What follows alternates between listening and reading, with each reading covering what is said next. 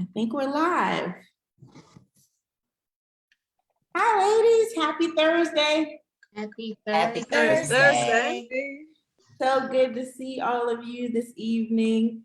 And this is a very important topic that we're going to discuss tonight. We're doing what I'm calling a sister and brother check-in, mental health check-in. So let's jump right in. I'm Cara Dunstan, and I'm going to send it around the screen for everybody to introduce themselves. Hi, Marcy. Hey, good evening. I'm Marcia Penn. Glad to be here on another evening with the Good Girlfriends. I am Cece Adams, and I'm glad to be back with you all this week, and I'm excited about the topic. Hi, Allison. Hi, everyone. Hi, good girlfriends, and welcome everybody who's watching. I'm Allison Tucker, and I am happy to be here tonight, although I might have to dip out a little early. But I wanted to introduce you guys, or you ladies, to Danette Lawrence. And Danette is a friend of mine, and she's here to share some input and insights into the topic that we're going to be talking about this evening. And I want Danette to go ahead and tell us a little bit about herself. Danette. Hey, thank you, Allison. I'm excited to be here amongst all these wonderful people.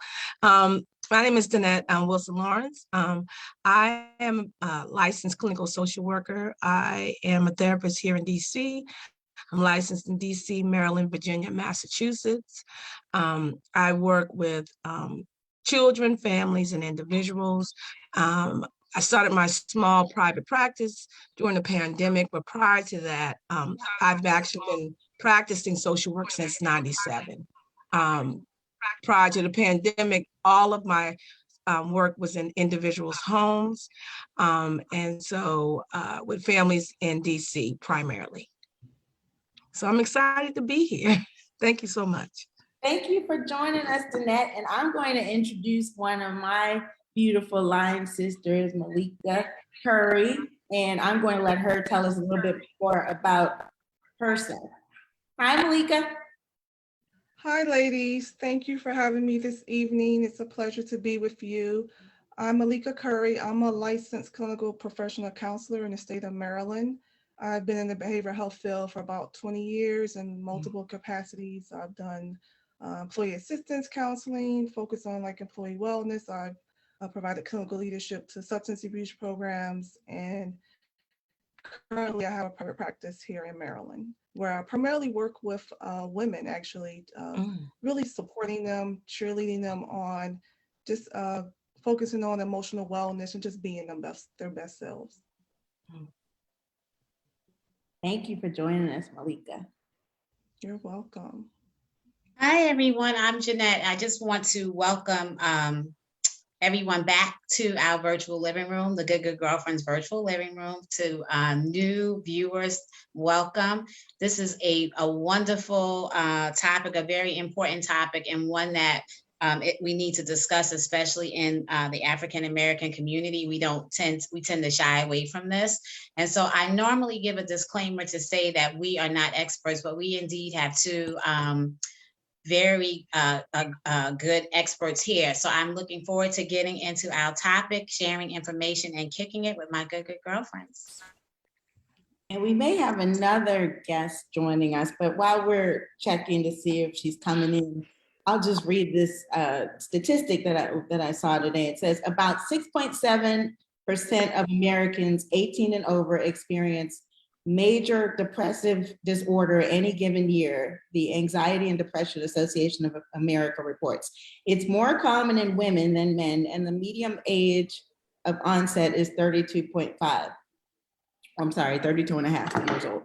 So, I mean, you know, we thought this was an important topic, especially timely with, we've seen quite a few publicly, you know, well, publicly we've heard about some recent suicides. So we thought that this would be a timely topic just to do a check-in for people to do a self-check and for us to possibly get tips on how to check in with the people that we love and, try to be of some type of assistance. So, I mean, I know personally, I try to do a self-check with my, on my own mental health, because with the pandemic, I find that I stay in the house for weeks at a time. And though I think that it's okay, sometimes I have to check myself and say, okay, you might need to go outside and get some fresh air. This might not be good long-term or whatever. And hopefully it won't be long-term, but I just find that opposite of how I used to be, I'm in the house all of the time and I enjoy it. But at the same time, my question is that really healthy for me? So, I just know that the pandemic has brought all kinds of changes in people's lives and, that we just need to just check in on ourselves. So how about anybody else? Anybody else have any thoughts around that? It's funny because when I went outside today, I was like, have I been outside this week? I think today is the first day I've been out all week. And really, since the pandemic, at the beginning, I was really paranoid to go outside. Mhm. Even if I just went outside walking, like when somebody come close to me, now I'm not. I'm still a little paranoid, but I'm a little better. But I will go and venture out a little bit more now. But yeah, since the pandemic, it's been horrible. And I know it's not good for my mental health. In the beginning, my sister kept saying, I think you need to talk to somebody. She said, it's not good. That's not normal for somebody who just want to stay in the house and don't want to do anything, don't want to go nowhere. So Right. I will say I'm probably pretty much the opposite. I'm going out the door. Even if it's a car ride. Listen, a CVS visit, fresh Whole Foods. I was looking at my checkbook the other day and I said, wow, you have Whole Foods, Giant, Acme, hanging out a lot, girl. But for me, just, the other day I went out, it was cold, but even just the cold air felt really good. Mm-hmm. So it's also about just, feeling the outdoor air, also being out. A whole week in the house, it's not going to be a good look for a person I'm in the house with. So I need to be out, even if it's just a car ride or a walk, if the weather's warmer, but even just the cold air just felt good, just to be in the environment of the air that's not in the house where the air is dry, even though we might have humidifiers or whatever, that's cozy and comfy, but I just need to get out. I agree. You have to, like, even pre-pandemic, I kind of like my own space, my personal. I retreat, especially on the weekends. I do retreat. But I, if I'm in the house all weekend, one of the days, Saturday, Sunday, by Sunday, I have to get some air too. I will often say to friends, I had to just, walk to CVS or somewhere just to get a little fresh air, because you do start to feel,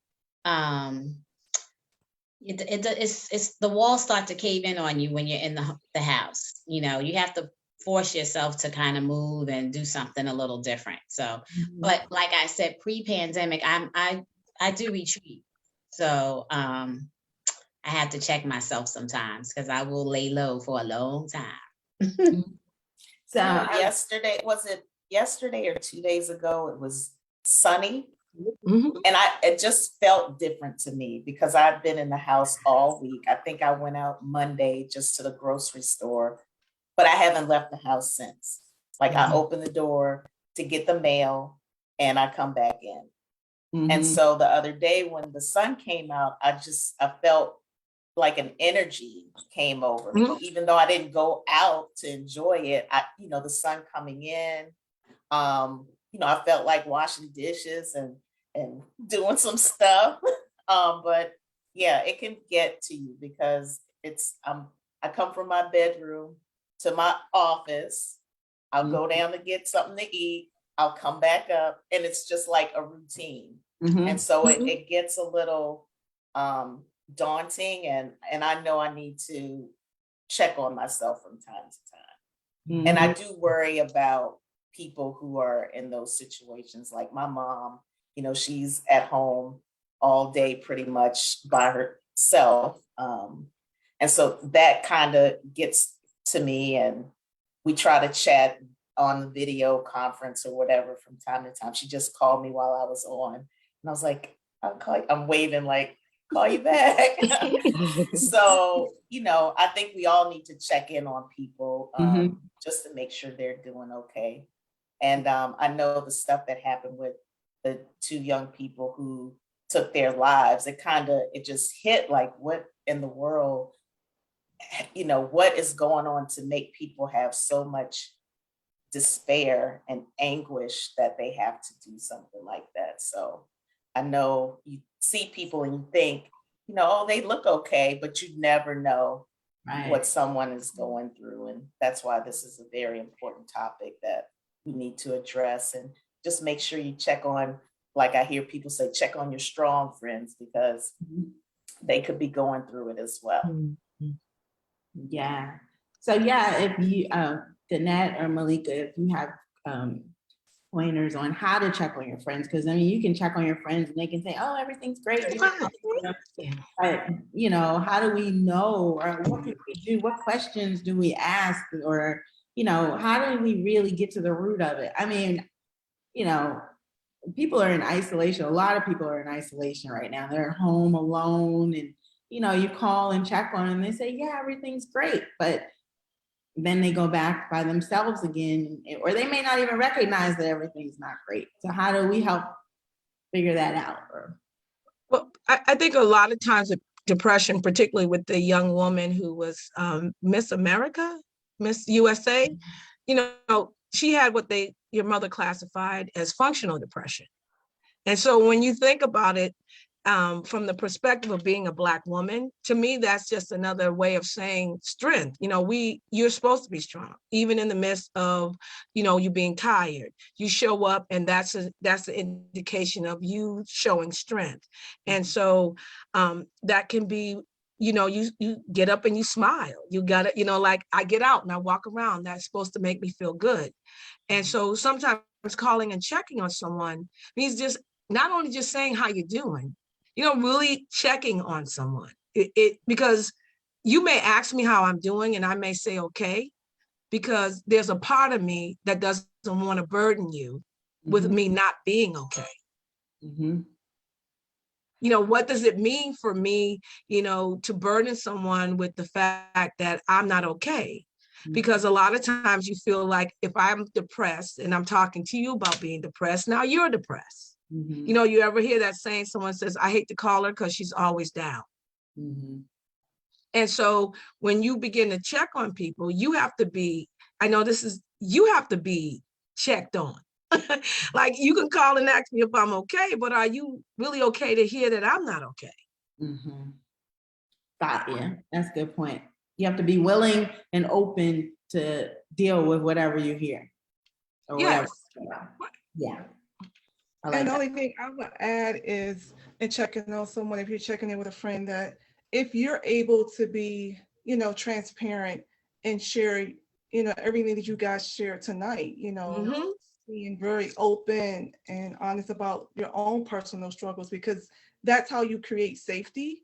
Because a lot of people don't feel, it's safe to share that they're struggling because of, the things just mentioned, especially as Black women, we're supposed to be, we carry the world on our shoulders and we still look good, I'm saying, doing it. And so giving people permission to take that S off their chest, like you can be real with me because I'm going to be real with you. And so sometimes by you being vulnerable and saying, hey, this thing has been tough and this is something I'm dealing with, how are you dealing? That may clear the space to say, well, okay, they're disclosing so I can disclose. And then, also making sure you're getting the support you need and encouraging them to get the support that they need. I often think though, as Black women, we are almost reared to not appear weak, right? Like it's almost like we don't have that privilege to really show that we're in distress or that we need help. It's almost like a cultural thing that I don't know where it's, came from, but, you look at your parents, like often when Black women and women of color look at their mothers, they, refer to them as strong women, right? And so what does that really mean? That you've never seen your mother cry, that you've never, do you know what I'm saying? So we take on that persona too. I mean, even in the professional world, as a woman, as a Black woman, and being mentored by other women, never let them see you sweat. What does that really mean though? Because everybody has pressure at work. Everybody has pressure at home. So I just wonder, like, where does that stem from? That we are not allowed to be vulnerable, even to each other. It's what Malika said is safety. Do you know what it would mean like to, when you think about the legacy of being Black in this country, to show any sign of weakness? Right. It could cost you your life. And so when you begin to think about being a Black woman, not only do you have to manage your household, you have to protect your children. You have to protect yourself. You move through systems that if you show any sign of weakness, it could be an indication of destruction. And so it's a societal thing. And when it comes to Black women, even when we're aggressive, that is an indication of something is going on with us that we are masking, right? So it's looked at as a detriment. Like, you always have an attitude. Well, ask me where that attitude stems from. It could be connected to the fact that I'm frustrated and overwhelmed in my own system, and it's coming out as an attitude. An attitude is not always an indication of me being angry. It could be an indication of me being sad and lonely. And so I think that when we think about mental health, I think what Malika is saying is what's so profound is that if I don't feel safe, right, then I'm going to wallow in my own heaviness. It is a burden to walk around being depressed. But historically, from a legacy perspective, a burden is actually a badge of honor. Just think about it. You take the burden of the world on, and you are perceived as a person of strength.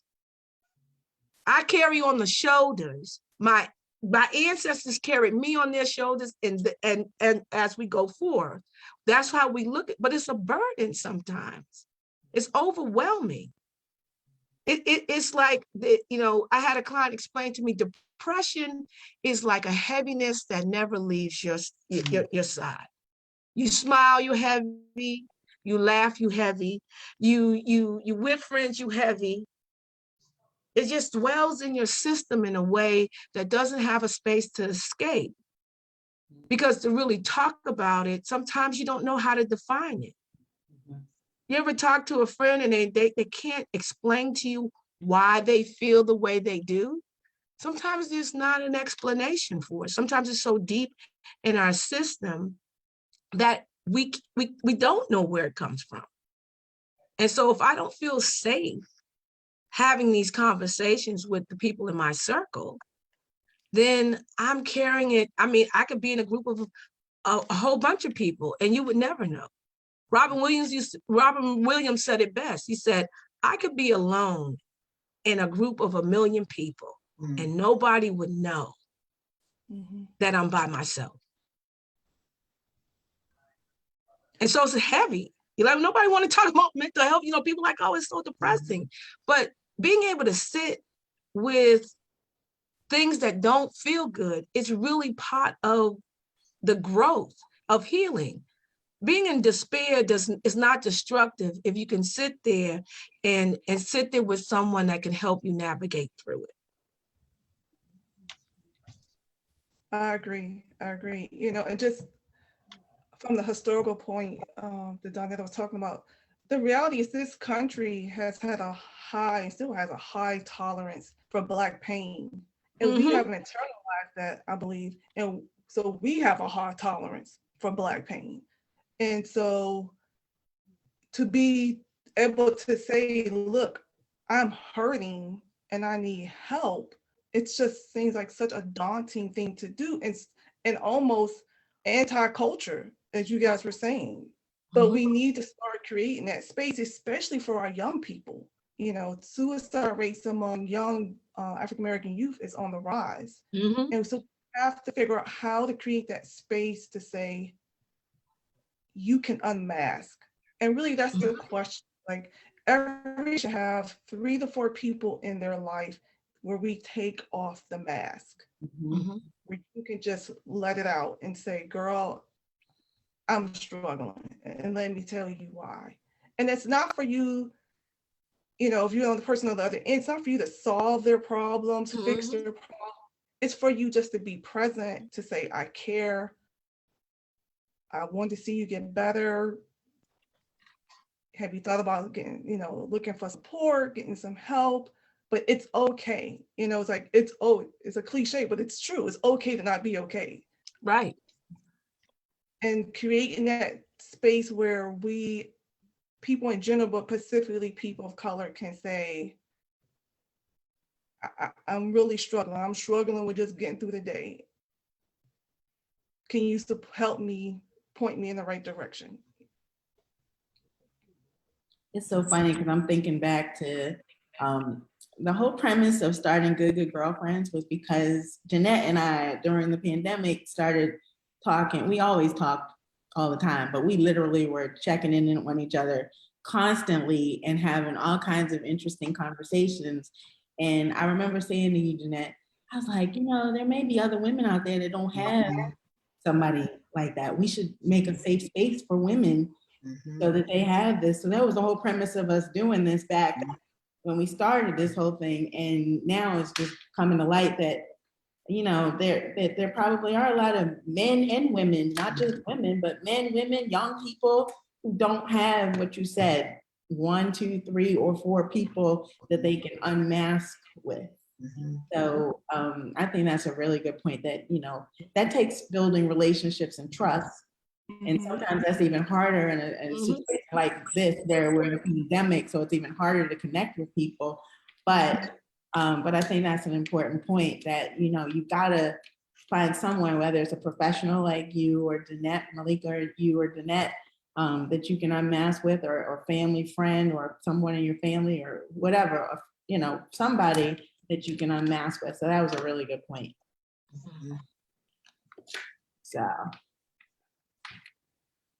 It's almost as important as it is for the person to be able to communicate with their, you know, with their 4 people. It's important for us as a community too, to learn how to make space, right? Because if you are weird not to acknowledge mental health, or to see that a mental health issue as a weakness, how much space are you making for someone to hear their pain, right?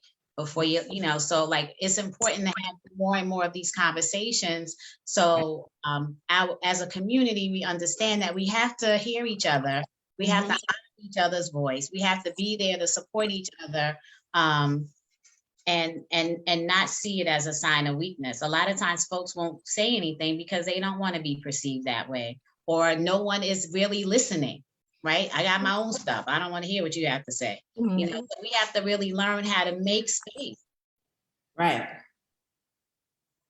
And sometimes space is not even a conversation. There's a Winnie the Pooh picture where he's sitting with Piglet, and Piglet can't tell him what's wrong with him, but he stays with Piglet until Piglet feels good enough to get up and move.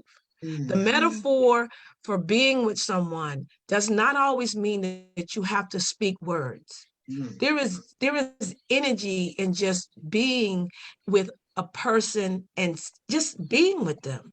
Can I just sit next to you? Can I just be on the phone with you? I got a friend. Sometimes he'll call me and we'll just I'm like, we're watching TV on the phone. And then I realize, you know why? Because this man is calling me because he can call me and be on the phone with me. Like, why am I watching the news on the phone? I can't even see it. And we'll be on the phone for hours. And the next thing I know, he'll be like, you know what? I'm tired now. I said to myself, me too. And but I realized that in that moment, he didn't need me to say nothing. Right. And so we have a gift as I believe as people of color, as Black women in particular, we know how to exude that type of energy. Mhm. We know how to provide people with that warmth that they need. We have that gift of just sitting next to someone and just being present. And so that too can be beneficial because sometimes you don't know what to say. Sometimes you don't have to say anything. Right. Yeah. Yeah, it's a heavy The topic. power isn't just showing up or being available. Right? Mhm, Mhm. mhm, Yeah. Do you think there's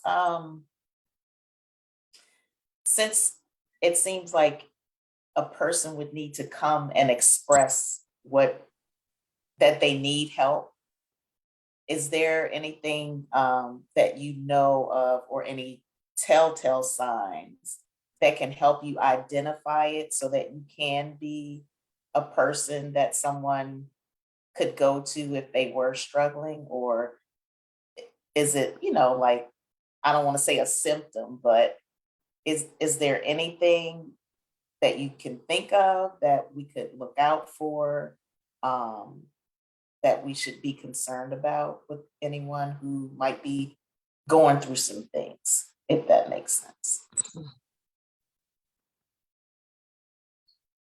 Sure. There are definitely things you can look out for. And I mean, the number one thing is really challenging because of the pandemic. Number one is like isolation. We see people starting to definitely pull away, not engage like they used to, not available like they're used to. Um, Talking about, writing about death, or talking about feeling hopeless, um, feeling like they're a burden, feeling worthless, uh, increase in like substance use or starting substance use.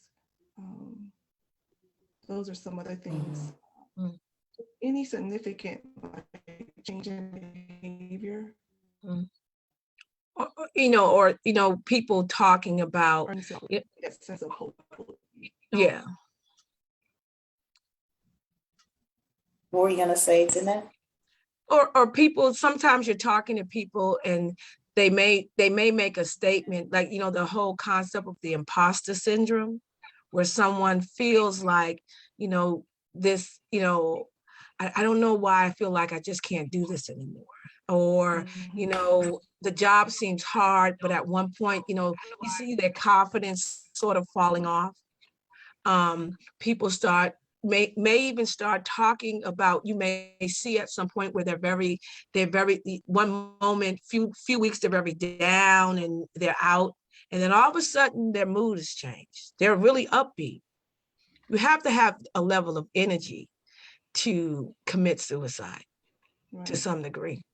You can see it in people will say that, they went to the hospital, they got out, they were so excited, because what happened is when people start making plans, when people start organizing their life, they may have come to a decision. So sometimes the happiness that you see is not always happiness. It's that people have come to a decision. And so I also tell people that sometimes there are not the normal signs. Sometimes there's not a sign at all. Right. We want to hope that we can prevent someone from harming themselves.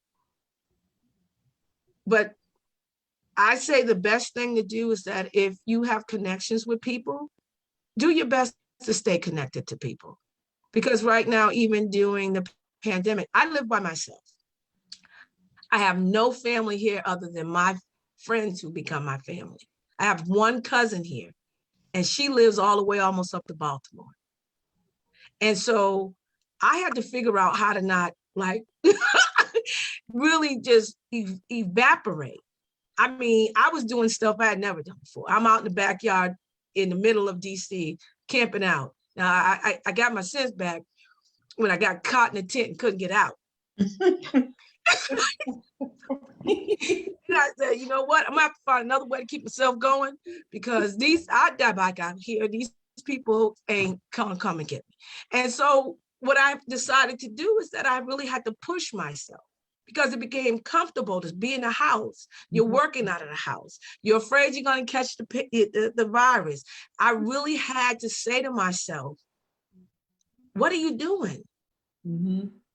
And I, checking in with people, forcing myself to check in with people and forcing people to sort of check in with me.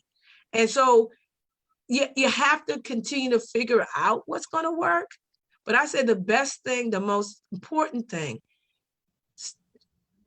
even a text, if you can't speak to somebody, even a message on Facebook, some kind of way, stay connected as best as you can. We all get busy and we all get in our own way.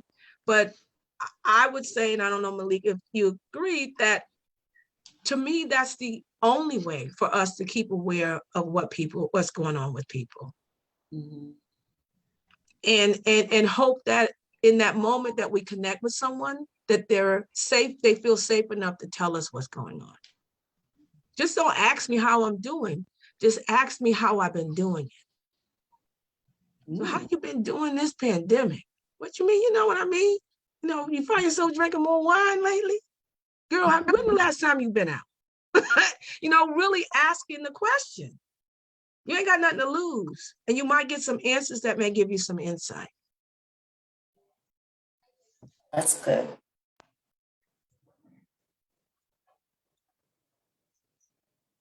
Yeah, I agree. Peeling back the layers, and just, trying to connect with people, even if it is virtually, just to do something fun. So if you notice signs, how do you get someone some professional help? Well, in Maryland, you can always dial 211. That's a 24-hour line that's staffed with counselors to provide support and can help them navigate the systems in Maryland. There's also the National Suicide Hotline, which is 800-273-8255. If they're willing, you could always, if you think there's an imminent, really serious danger, take them, if they're willing to go to the hospital. 211 is sort of trying to replace 911 for mental health emergencies. So you could start there. But obviously, if somebody's in intimate danger, 911 is still appropriate if you think they're in the process of where they may act on whatever they're thinking, or they have the means to act on it. So those are some resources. Yeah, and in DC is the Access Helpline. It's 1-888-7-WE-HELP. But I agree with Malika. If someone is in imminent danger, 911. I know that in some cities, they're trying to move away from that for mental health, but at this point, that would be the best alternative. Now, if you can get someone to go to the hospital to get a psych eval, that would be even better. There's such stigma attached to having a mental health issue that in certain professions, people, it's a detriment to their jobs. I mean, I have a couple of clients where they're like, nope, I won't use my insurance, because we look at mental health as a deficit. And so, it's kind of hard sometimes to convince people to come in for help, because when people are shedding those parts of themselves that they haven't allowed anyone else to see, they have to be confident that you're going to keep their information to yourself. And so a lot of people get concerned about what happens with this information. But yeah, 911 or the helplines, or the suicide hotline is a great one too. So I mean, and you all touched on this, but not all depression, praise God, leads to a suicide. And so want to talk about and get some insight on how we can, you mentioned, Danette, the people that are functioning daily. and they're depressed. And, perhaps like the young lady who took her life, if she had some other kinds of interventions, to prevent, like preventative measures or things that she did early on, maybe it would have been a different outcome. So if you feel yourself, like, what are some signs that people can signs that they can look at within themselves? What are some things when they, are feeling melancholy? Some people say low grade depression. What are some things that folks can do that, yes, call and, maybe reach out, but if they're not there, if they don't feel like they have anybody to reach out to, what are some things they can do that maybe might bring them up a little bit to get them to realize that they need to call somebody, right? Just some practical things, that suggestions that we can make for our audience that's listening.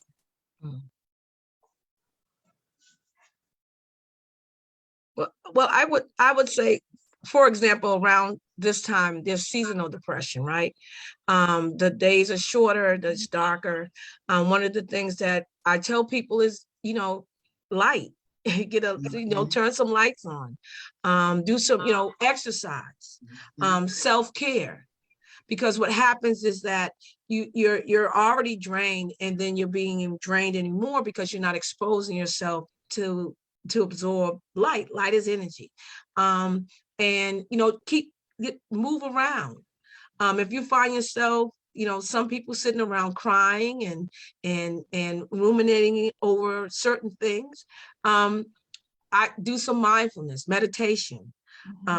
If being positive is overwhelming, do some small stuff, like get up and move. Self-care is not always about getting a pedicure and a manicure. Sometimes it's really about you just getting up and moving. You like music, turn some music on. You have a favorite show, flick that channel on. You think that, open your front door and breathe in some air. And so exercise is actually a really good way to get you moving, but you may not want to exercise. They have all kinds of different YouTube videos where you can, you can work out, or get a massage. If I know it's a pandemic, but I know a lot of people gone and gotten massages. Sometimes someone touching your body really releases a lot of that pent up energy. Just getting somebody to even, a nice massage. And so there are different things that you may be interested in. Take that one thing and see, even if it's sewing, knitting, crossword puzzles, painting. Movement is great. Just move, do something that you can get up and navigate around your apartment. Cleaning. I heard somebody talking about cleaning. Like, if you want to clean, maybe that put some music on and clean. Malika, do you have any other suggestions? One thing I always look at with people I work with is diet and sleep. Those are two most impactful things in terms of mood, because we know, sleep deprivation does to the brain. We know that certain foods are anxiety producing, and some foods are, help you manage anxiety. Are you having, and it's really hard with this pandemic, because without this separation from like work and home, some of our routines and rituals that allow us to stop and transition, we've lost. So, and a lot of people struggle with sleep during the pandemic because our just systems went to a shock. So sleep is so important. It is hard to, feel light and feel bright and think through challenging situations if you don't get enough sleep. And again, with food, if it's too much sugar, too much caffeine, it's going to make you more anxious, make you more nervous. So, there's lots of nutritional things we can do also to help feed our bodies and make sure we're given the protein and energy that we need to sort of tackle some of the stressors we're dealing with. And then I agree with everything else you said in terms of moving, music, knowing what is your happy place.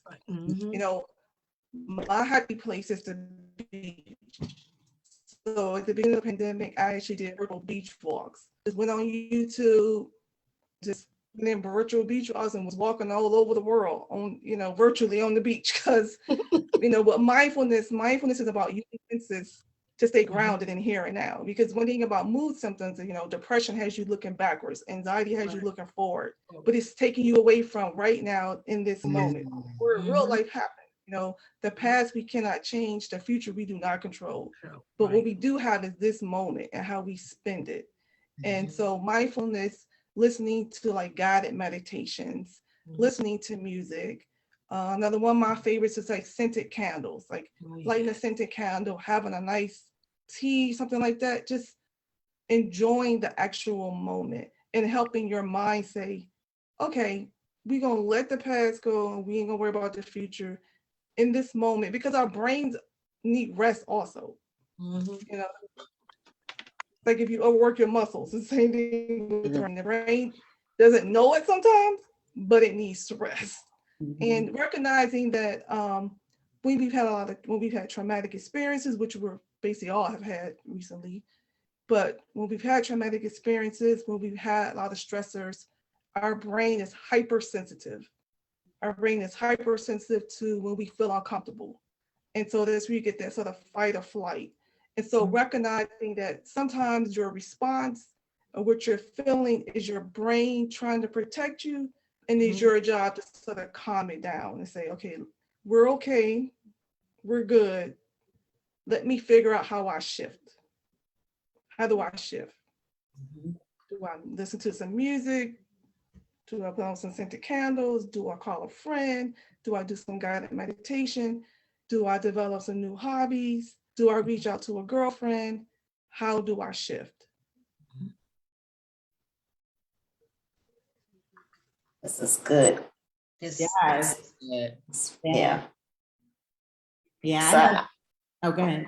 I was gonna say the sleep thing, which I didn't realize. I mean, I know sleeping, you should get enough sleep, but I didn't realize it could be a factor that could lead to you being off your emotional balance being off. And lately, it's been hard for me to fall asleep sometimes. So I have some things that I do to help me go to sleep. Like I have my a diffuser with lavender and cedarwood, and sometimes I'll take a lavender pill just to help me just get into that calm mood. And I also listen to a meditation app to put me to sleep. So I'm glad you brought that up and just reinforced that doing things like that could help you to really get some good sleep to help eliminate some of these potential issues and challenges. I was just thinking about the whole having light. Like my husband and I were just talking about this earlier this week about how we're really blessed to have a house that has a lot of natural light. Light. So, I know some people like their homes dark. We love light. So there's always light in the house. But we also purchased one of those light therapy, like the lights that's like light therapy. And I used that in my kitchen, and like the day it was raining, I just had it on and it just made me instantly feel better. I don't know if it's meant, if it's just my mind thinking or something, but it just mentally made me feel better. And I just actually purchased one for a gift for a friend who lives alone and lives in a condo. And I was like, she doesn't have a lot of light in there. Maybe this will be a nice gift for her for, just as a companion. But that's been important for me, the light. And also every day I just go, even though I won't leave the house, I go stand at the front door and look outside and get the fresh air. That air does make you feel better, to me at least, instantly. But whatever the weather is, it just feels good to have the outdoors coming in. So I love all the points you all made. Those were really good things that I was gonna say moving. I love the light too. I have sheer curtains in my house because I want the natural sunlight to come in. So the light definitely, but I found that when I'm sometimes sad, I'm sitting around, I'm moving. But once I get up and get moving, like you don't think about what you sad about anymore. Like, so you get the music going, or for me it's baking. So I get in the kitchen, I start baking. I forget about sitting around moping. But it's times where I'm just like, I don't feel like doing nothing. And I know I can sit there and I can sit there and I have to talk to myself and say, don't sit here and do nothing. Get up, get moving, get motivated. You know, sometimes you have to be your own little cheerleader sometimes. In the back of your head, you have to say, come on, you can do this. You know, don't waste your whole day sitting on the couch doing absolutely nothing. And sometimes you need a whole day to sit on the couch and do absolutely nothing. But So what it before the sounds like, pandemic, I'm horrible. My thing was to shop. Retail therapy is my favorite thing to do. But now I don't like to shop as much because I don't want to be around a whole lot of people. But I guess I'm saving me a little bit of money. I window shop. I don't even have to spend no money. I ain't gonna lie. I just like to be in the stores. I can look at stuff. I don't have to buy nothing. And my sister's like, you was in the store for 2 hours. You didn't get nothing. I was like, no, just look. It's okay. But yeah, get up and move around definitely is a plus. And diet, like, you know, I love sugar, but I just made myself note when you just said that, Malika, about too much sugar can cause anxiety. I was like, maybe that'll help with the sugar issue. I mean, every episode I seem to talk about my love for sugar. But, actually, that's so crazy because all these years I've been convincing myself that sugar was the thing that kept me always excited and happy, not the opposite. So that was just like a light bulb moment for me that the sugar might cause more anxiety than I am aware of.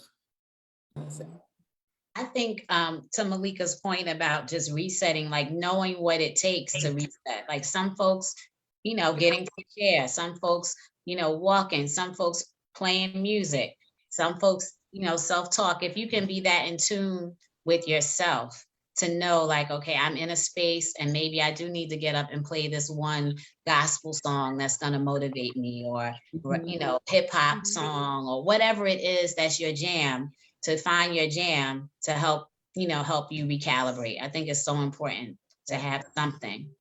Yeah, I was going to say the same thing, listening to everyone, that, you know, whether it's like I love scented candles, you know, you know, and the same thing was like I'll, you know, you ride through a neighborhood, I'm like, it's the middle of the day. Why are all the blinds are drawn? I'm like, you know, like you're looking at, you know, especially folks that like live in a single home. I'm like, all the blinds are drawn. Now, why am I looking that long at their house? But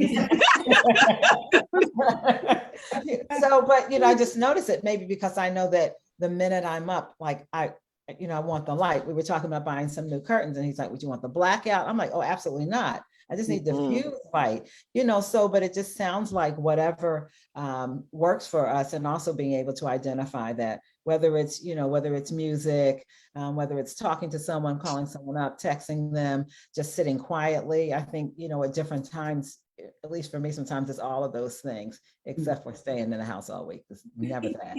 But, you know, so I think it's fine in the house. You are happy in the home baking. I am not happy. But I didn't used to be. I'm sorry. I used to be on the go before the pandemic. I never was home. Like I'm always everywhere. And now I'm just like, I'm happy to be here. I mean, but that's good as well, because you know, as we've transitioned into this, you've still found a happy space to be in. That's good. Where some people have transitioned into it, and you know, so I'm still working. I'm like, another Zoom, like, so Zoom to me sometimes is a blessing and a curse. You can get a lot done with Zoom, but people are like, we can get a lot done with Zoom, and I'm going, well, wait, can we not have another Zoom? Whereas before we were like, you know, let's have Zoom parties, and you're having Zoom happy hours, you're having Zoom meet and greets, and then you have Zoom meetings, and after a while it's going. So some of those little, I don't know about you all, some of the little Zoom girl parties fizzled, because I'm Zoom all day, and then you Zoom all night and Zoom on the weekend, and you're going, no, let me take a ride in the car. Let me just go be by myself for a minute. So I think it's important to just find a kind of, you know, find your happy place. Yeah, for sure. And I'll also say check always ask my clients, like, when's the last time you had a physical? Because we Right. know there are medical conditions that impact Mhm. mood also. So you always want to get your thyroid levels checked, get your glucose levels checked, get Mhm. your vitamin D checked. You want to like that Mhm. holistic approach. You want to making sure Yeah. everything functioning as it should, because Mhm. we know it's a big connection. That mind body connection is real and it's strong. In terms of other things, volunteering also, Mhm. I know it's harder now because we're in, but maybe there's, virtual stuff like when we're helping others, that tends to lift us up. Gratitude, Mhm. gratitude is just so powerful. Mhm. Yeah. And I But know that sometimes people think sometimes medication might be needed. And so really be mindful of the fact that there might be some medication that you might need to help with some of the stuff that's going on. But I like the whole body piece. But I always tell people, get a physical first, as Malik is saying, as well as I always ask people, when's the last time you had a bowel movement? You do know constipation is a contributor to indicator of anxiety. And your body's holding all of this stuff in. And when people are like, what are you talking about? When does that make you happy to not use the bathroom? Just think about it. I know it's something that we don't talk about, but even noticing when and how often you go to the bathroom. And so, I just think it's a little bit of everything. And particularly during the pandemic, it's brought to light the number of people who way of managing was that they socialized. And when all of that was cut off, a lot of people had to learn to sit with themselves, and it became overwhelming. Mhm. You brought up medication.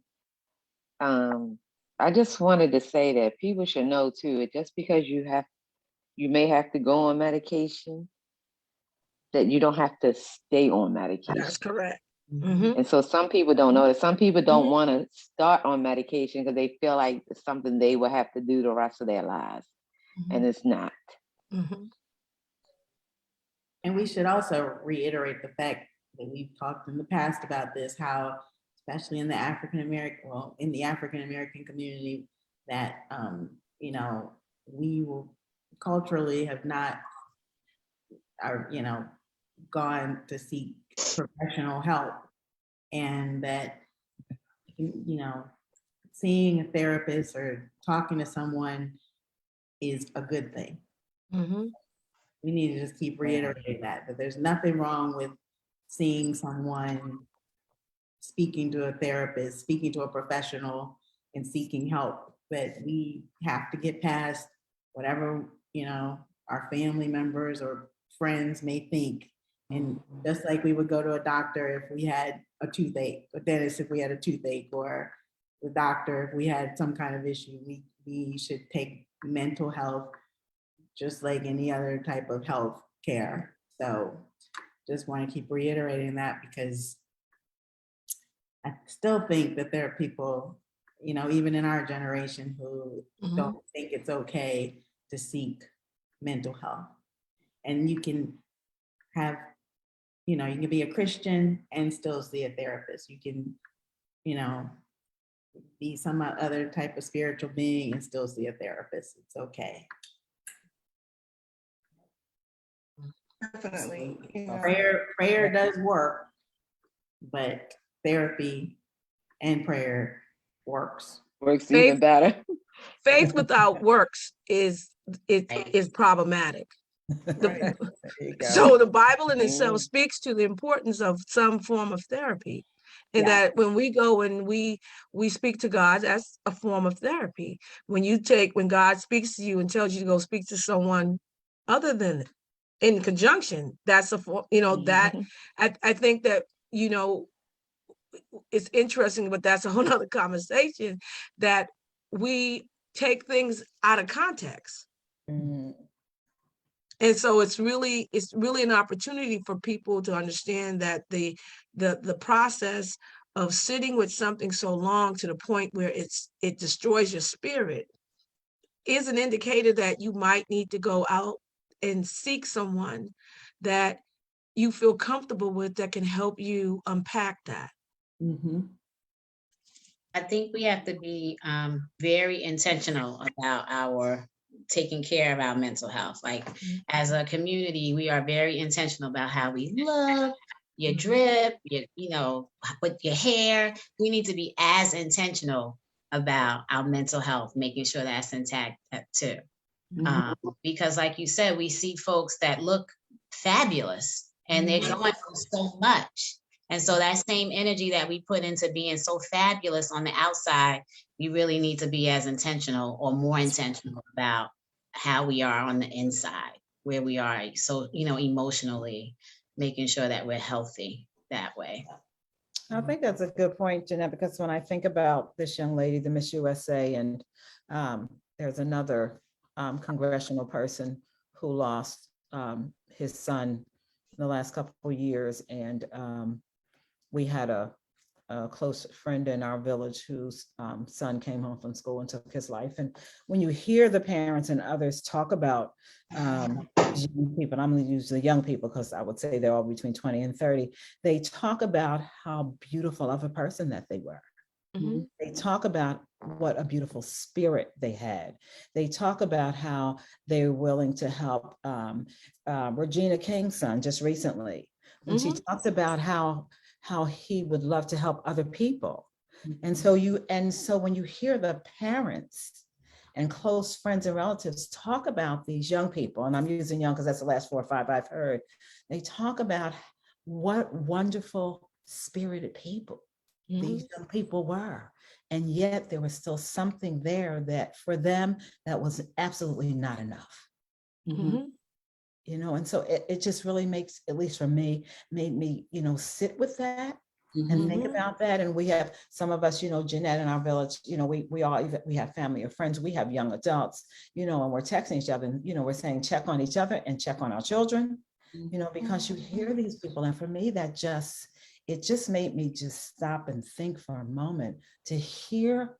And when the parents talked about it, you could feel it. It wasn't always with this anguish. It was just literally with this, parental love of how wonderful a person. And then you say, but yet still not enough. What you just said just really hit me, that as the older generation, that we have to really model years of unmasking. I mean, that, right, what you just said just hit me, that, as I've tried to do with my friends' kids, I've always tried to be open and honest with them so that they know the good and the bad, like, and I think they appreciate that because they know that there's not, I'll say the good and the not so good. I won't say that, but I'm just saying they should see the full picture, because then they don't have such a high bar set for them that they think they can't surpass. And then I, hadn't even really thought about it until Marcy said that, but that's part of the unmasking importance, because that's deep. I mean, yeah, I mean, Like I said, how vulnerable have you seen your parent? Like we didn't, you know what I mean? We right, don't the have bar was set so high so there, high. and then we Yes. were doing it. We have to stop that Yes. and Yes. really unmask. Mhm. So The that's idea of caring so deeply for another human being that you don't have space for you, because you spill so much into other people because it feeds you. But then there's this aching and longing for that kind of feeling to exist in yourself. And so it's that's where I always say I always ask people, where do you feel it the most? And a lot of people go straight to their hearts. It's really a spirit, for me, my perspective in the individuals that I work with is very much spiritually connected to their souls. Like you do so much for other people that you don't have the same level of energy for yourself. or grace. Grace, that's correct. Mhm. And it's very sad because it makes you wonder, all of that you gave away, Mm. you weren't even able to hold a mustard seed of it. Mhm. Self-compassion. Yes, Practice self-compassion. passion. Yes, You can't just pour into other people because your cup's going to be empty. So the right, question is, how do we feed our souls? How do we feed our spirits? right. And know that we deserve it. Yes. To be selfless, you have to be selfish. Yeah. It's really putting the oxygen mask on yourself first. Yeah. So I think too that these are just going back to Cara's point about the young folk. These are all things that we've learned along the way. Yes. These are all pearls that we picked up along the way that our children don't have yet, right? Right. And so how do we, again, share and make sure that the children, our children, the young adults, 20s, 30s, that they're extending grace to themselves, right? That it's okay to be vulnerable. It's okay, all of those things, because we can say that to them. But if we, as Cara said, if we haven't modeled that for them, then it's just words. Mhm. It's just words. So we definitely have to do as a community a better job of modeling and being intentional that we pass along these pearls to our children now. Mhm. Yeah. I mean, there used to be a saying, fake it till you make it. I don't think that's a good saying. I think you gotta be real. I mean, I just feel like You're right, but I was like, even sometimes when the behavior is modeled, because I would, maybe especially now in the culture that we live in, there is such, I did some work with a girlfriend and we do a thing with teens and most of it is around sexual health, but there's an activity where we talk about with parents, where does the most pressure come from with young people? Does it come from your parents? Does it come from your peers? Does it come from your partner? So most of that pressure comes from partner and peers. And so even though we've, I've had this discussion with others, even though we may be modeling the behavior and we think we're model behaviorers, and yet there's some other pressures that our young people are up against, that all the modeling of behavior that we've done as older adults, there's still some peer and partner pressures out there that are far beyond anything sometimes we can even grasp. And as Jeanette said, they don't have all the tools, or they have the tools and don't know how to use them and navigate and maneuver through that.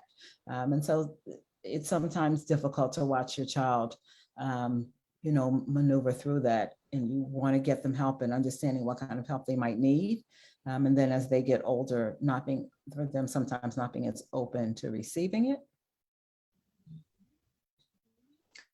Yeah, I mean, social media plays a big part. I mean, when I've worked in the past, just getting them to take social media breaks, and they're like, oh my God, I feel less anxious. I'm like, yeah, because we would go home, and when we were at home, there was some separation between home and school, or what, Right. there's no separation now.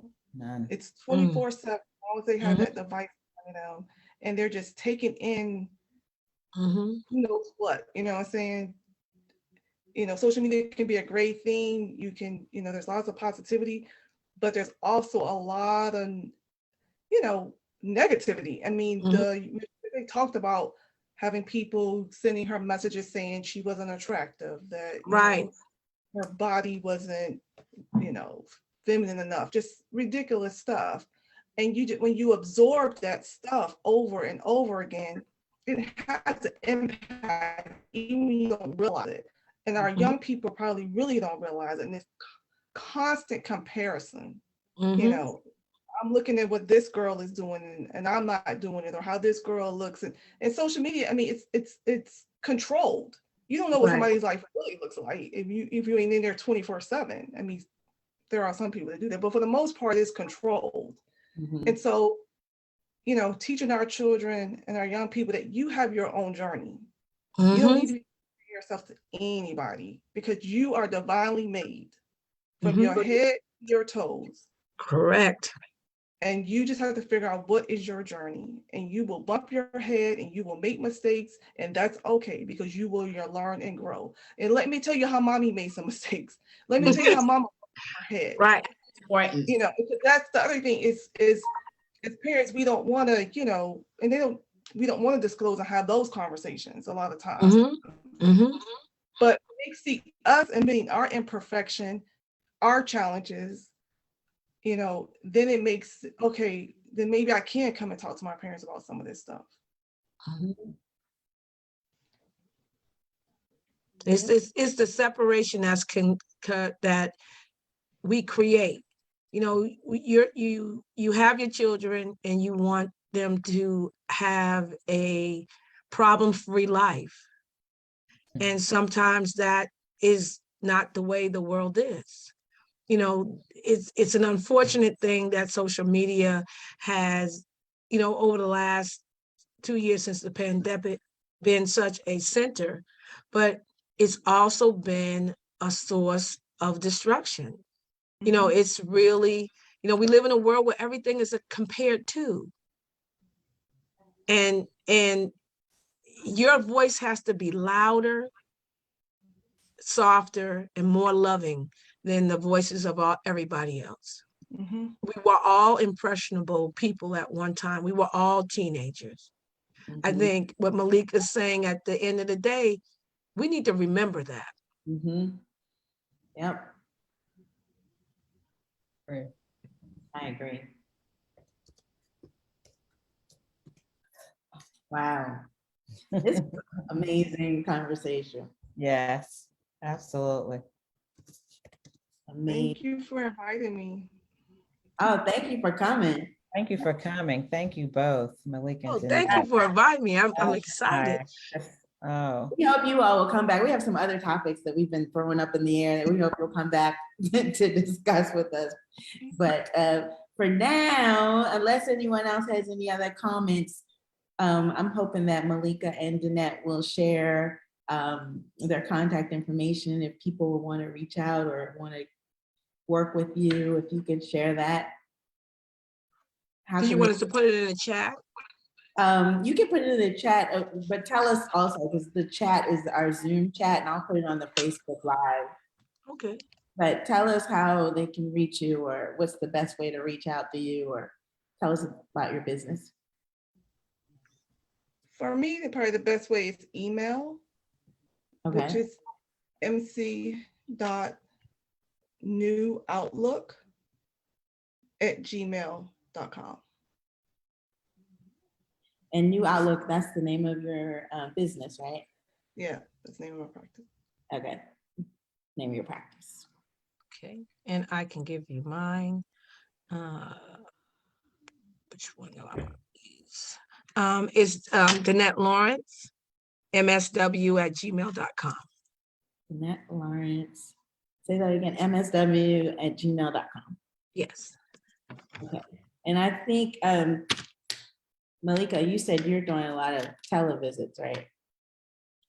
Yes, I'm primarily doing telehealth. I am in my office on Mondays.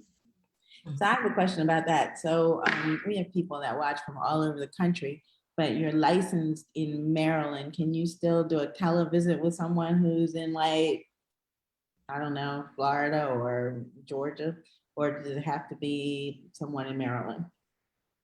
Right now, it has to be somebody in Maryland.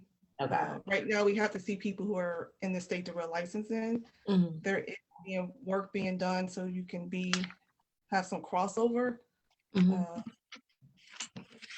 Let's So you cross like- our fingers that bill gets passed. Yes, it needs to get passed. Yeah. So, So Melissa, So- you're in Maryland, Mhm. and Danette, you're licensed where? DC, Maryland, Virginia, and Massachusetts. Okay. All right. Well, that's good to know.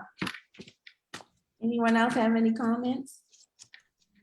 what, you mentioned the bill. What is the bill? There's a bill currently in Congress.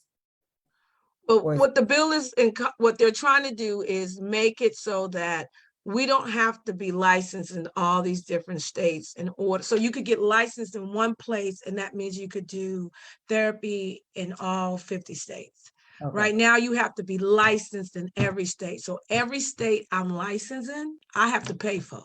Okay. All right. And, and so it's funny that, you know, being a therapist, that this is the way it is. During the pandemic, what they did is they waived it.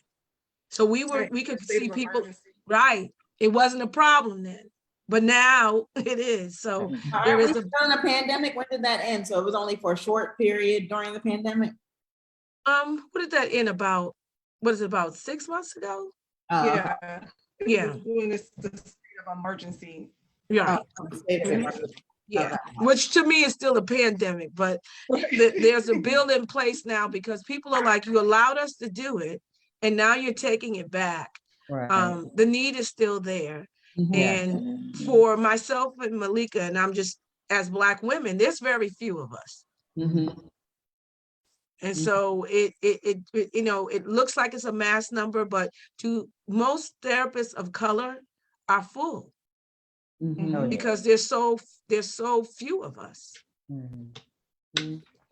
Thank you for that. That's helpful to know. Yes. Thank you, ladies. Good stuff. Good stuff. Yes, it is. So I think we'll close out now. Malika and Danette, if you could stay on once we go off, we'd love to thank you again off of the Facebook Live. But for now, we hope that everyone will take this time to do a self-check on your mental health and also check on those friends and family that are your loved ones, because we all are a community and people need people, as Jeanette's mother has told us many times, and we always say, so we all need each other. So reach out to someone. One little thing I've been trying, this last tidbit, is I'm trying for people's birthdays, instead of sending them a text, I'm at least trying to reach them by phone and connect. Then not just send a Facebook post or just even a text, but trying to give them a phone call. Just even if I just leave a voicemail, I'm just trying to do a little better job of that. So, you know, reach out and talk to somebody, touch them, go, you know, drive-by visits. That's the, you know, still you can do a drive-by, even though it's a little chilly out, but find some way to connect with someone. And if there's someone out there who is looking, doesn't have anyone that they feel that they can connect to, you can always reach out to us, good girlfriends. We are a lot of fun, and we are very open. And that's what this was created for. This whole forum was created as a safe space for people, especially women, to have someone that they could feel comfortable talking to. But men, we don't close it off to you either, because this whole discussion that we had is relevant for everyone, men and women, young people and older people. So it's for everyone. So hope everyone has a blessed week, and we will see you in 2 weeks. Yes. All right, take care. Good night. Have a nice night. Good Good night. night. Agree. Good night.